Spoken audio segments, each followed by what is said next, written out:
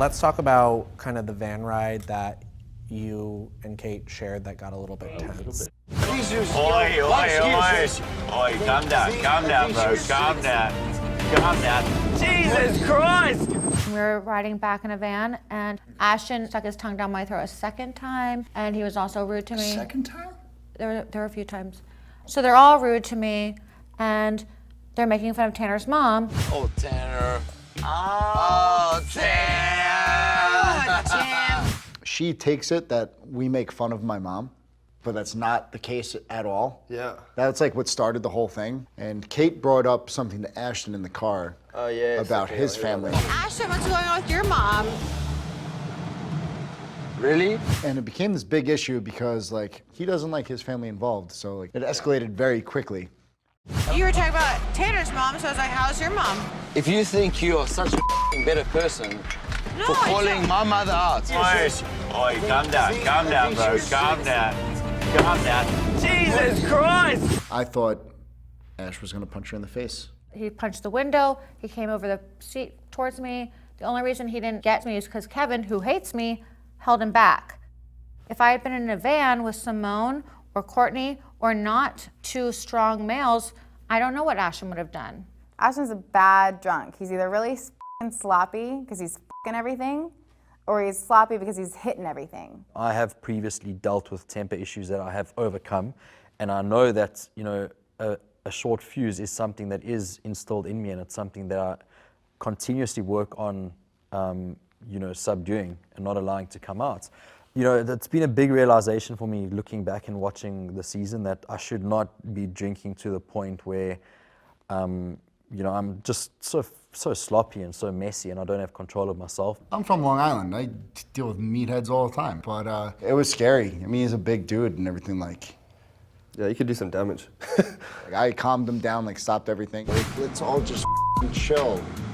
It doesn't matter. Like, let's just do our thing. And I got a kiss out of it, so it worked out great. You did good. You did very good. There's a moment when Tanner helps mitigate a problematic moment. There was like an intimate moment between the two. It was like very Jeep. It was Yeah, not but a it romantic definitely thing. faded. I think I had Stockholm syndrome at that point. I'm like, I'll be nice to anybody who's nice to me. Yeah. I was stuck on a boat with a bunch of raging lunatics. All of this I'm hearing for the first time. And Yep. I am shocked.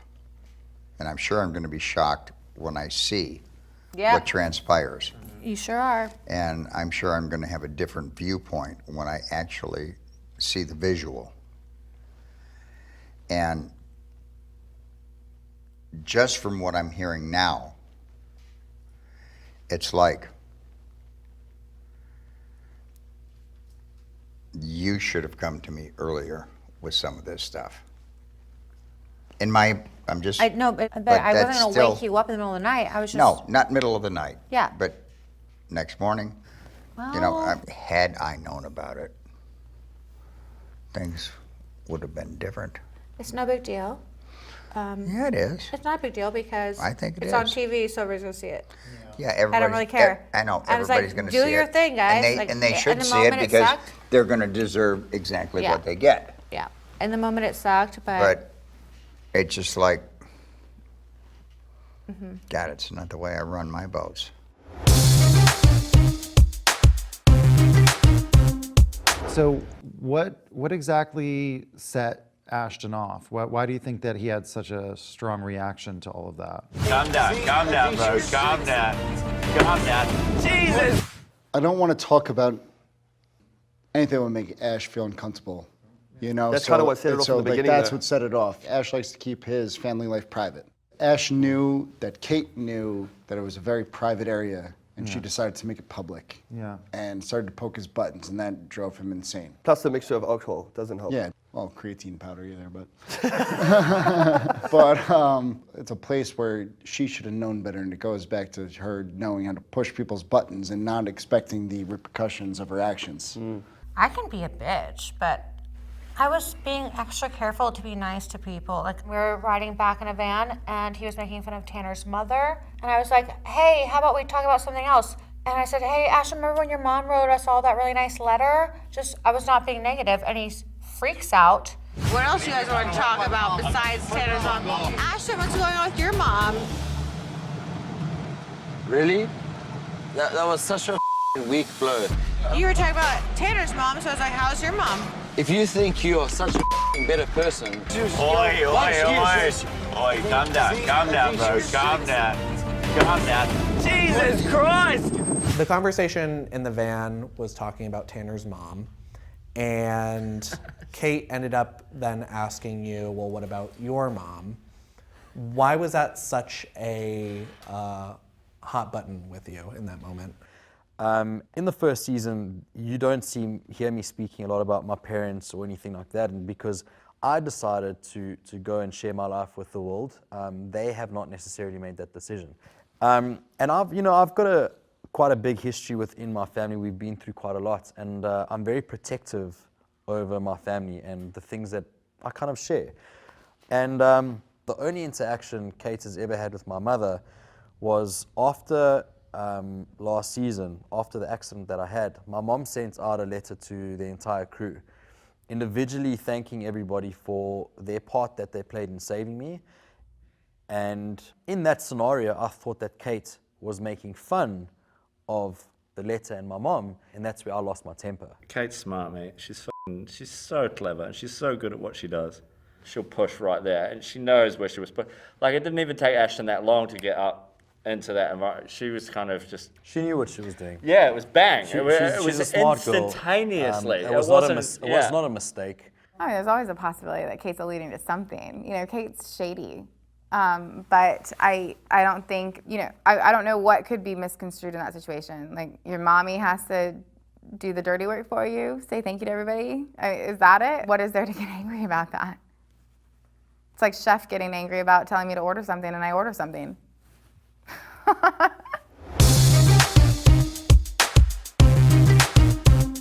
This exchange between yourself and Kate ended up leading to her quitting the boat and walking off. No, I don't think it was that at all. I think we got back to the boat. You do think that you are better than the rest of the crew. Do you feel that way? She gets away with more than what other people would get away with. Everybody feels that way about you, Kate. Okay, great. Go find another chief stew. I quit. Cool. Kate, let me ask you a question. Do you want to talk to Captain Lee? No. Hey, where are you going? Don't follow me. Don't follow me. I would have to be very egotistical to think that the one blowout with Kate and I was the cause of her leaving the boat. I really think that she started isolating herself from the crew.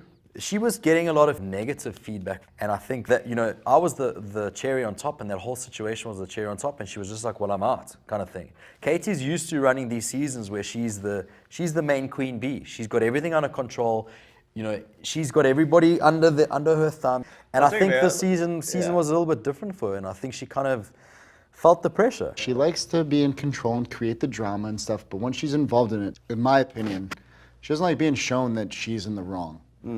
That's the whole thing. She'll create drama to make you look stupid. She gets away with more than what other people would get away with. Thank you, Tanner, for being honest. Like, this season, I think it was counterproductive because we all didn't really Take her.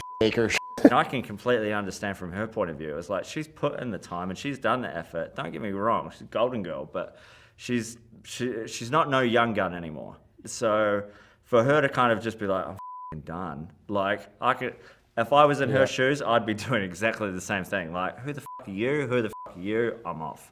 I think Kate is over it. I really do. I think she's put up with this for a lot of years, and I think that she also sees that Captain Lee's favoring Ashton a little bit, and that might be something that scares her. But also, what's her big statement to make here?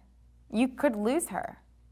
Everybody's replaceable. I'm replaceable. Kate is replaceable. You'll find another chief stew, but the fact of the matter is she knows what she's doing. She knows Captain Lee. She knows that boat inside and out, and she knows how to run a crew, And I think that she's playing her ace right now. And I don't condemn her for it. I don't commend her, but I don't condemn her either. So what's going on in your head at that point? I'm kind It's like a mix of feelings, you know, like I don't want her gone, but at the same time, you know, Ashton's responsible for her leaving, and that's, you know, a little giddy to know how the that's gonna go down. It's funny because people think that I'm disrespectful and I'm violent and I'm aggressive. It's just, it's funny the way shit works out. Hey, this is Ashton and Ross from Below Deck. Click here to subscribe and click over here for more videos.